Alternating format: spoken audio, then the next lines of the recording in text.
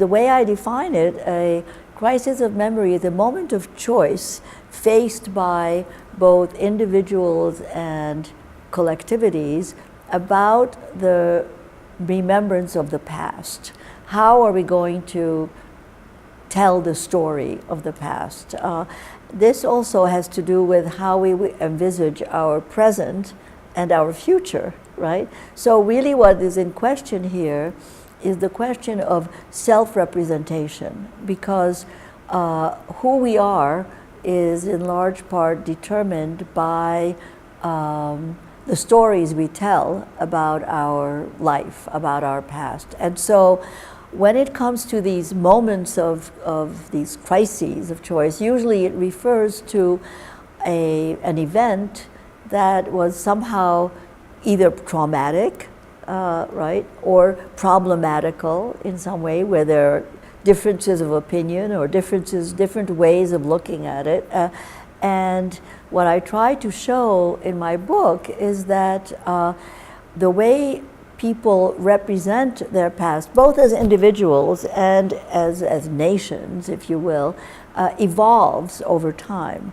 That is, right after something happened, you may have one version of it, and then later, as time goes by, or as things change, or as your own sense of who you are changes, then you begin to see the past in a somewhat different light, or to tell it in a different way.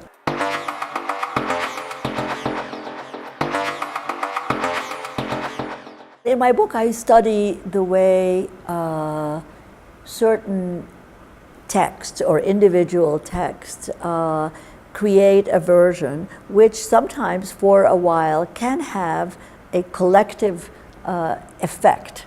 Give you an example, the way Jean-Paul Sartre, the famous writer, after World War II ended, after the occupation, the German occupation of France ended, wrote over a period of about a year, he wrote 3 different essays on what it was like to live under the occupation.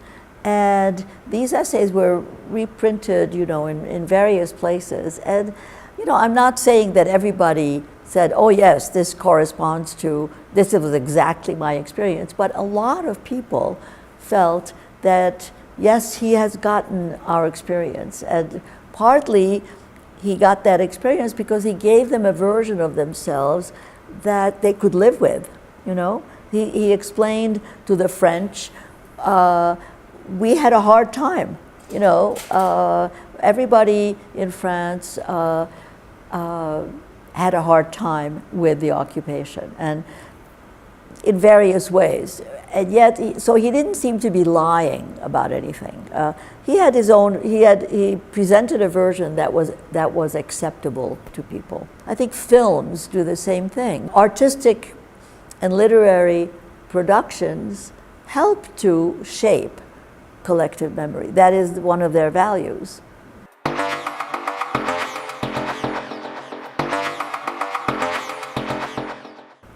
The Me Too movement, in the United States, how did it begin? It was by women coming forward and saying, I never talked about this before, but this is what happened to me 20 years ago, or 10 years ago. So that would be a possibility. This was a moment when women just felt that they had to tell that story. So there it was not so much a choice of which version is true, but am I going to tell a version at all? I think for a long time, many women felt that it was not possible to tell stories of violence against women because nobody would believe them, or they would be somehow disgraced, or people would blame them. Say, why did you wear a short skirt? That's why he attacked you. But I think the Me Too moment represents a very interesting moment of what we could call a crisis of memory, because suddenly it became acceptable to tell a story that happened many years ago and that you may not have had the courage, or not even the courage, you may not have had the confidence to tell, in the sense that you weren't confident that people would actually believe you or not blame you for being a victim. So it's a perfect example. I think there are many other examples involving women. The mothers of the Plaza de Mayo, for example, in Argentina.